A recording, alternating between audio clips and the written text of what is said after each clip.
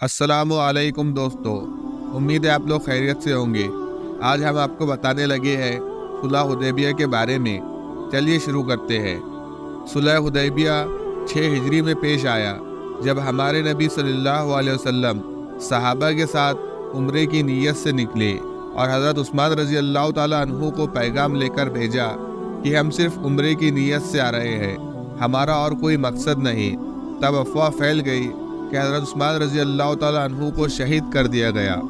तकरीबन 1400 सहाबी नबी के साथ थे और पूरी जमात को हुदैबिया में रुकना पड़ा। सभी सहाबा ने लड़ाई की ठान ली। फिर आप सल्लल्लाहु अलैहि वसल्लम ने सबको बुलाकर मौत पर बैत ली कि हम उस वक्त तक लड़ेंगे जब तक खून का एक भी कतरा बाकी है। तब मुशरिकों की तरफ से सुहेल इब्न अम्र आया जो फतेह मक्का के बाद मुसलमान हुए।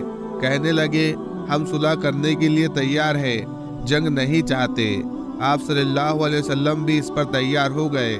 सभी सहाबा बहुत नाराज थे पर नबी के जानिसार और फर्मा बरदार भी थे, इसलिए हज़रत उमर रज़ी अल्लाह ताला अन्हु जैसे बहादुर को भी दबना पड़ा। उस सुलह में ये बातें थी कि आप इस साल उम्रा नहीं करेंगे, अपना एहराम खोल दीजिए और वापस चले जाए, फिर अगले साल आना।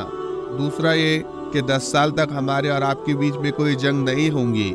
तीसरा ये, अगर काफिरों में से कोई मुसलमान होता है या इस्लाम कबूल करता है और हिजरत करके मदीना जाता है, मुसलमान उसको वापस मक्का भेज दे, और अगर खुदा ना ख्वास्ता कोई इस्लाम छोड़कर मक्का आता है तो वापस नहीं किया जाएगा।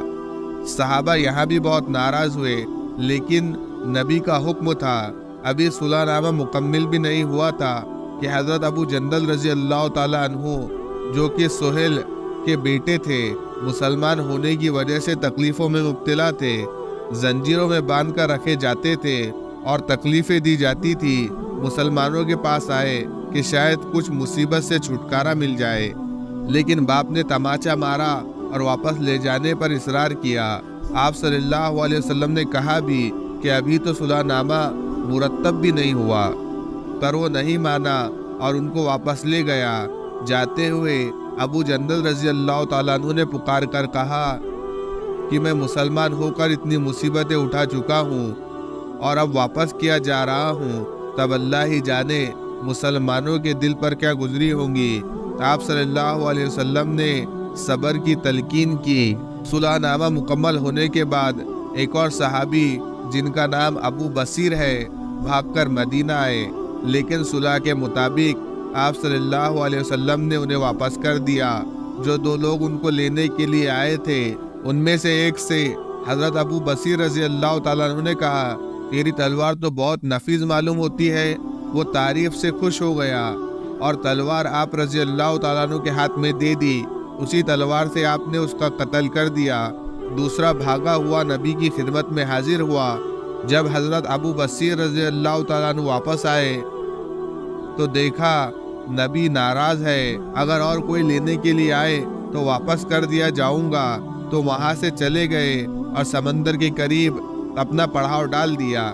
जब मक्का वालों को ये किस्सा मालूम हुआ तो अबू जंदल रज़ी अल्लाह ताला अन्हु भी छुप कर वहाँ चले आए।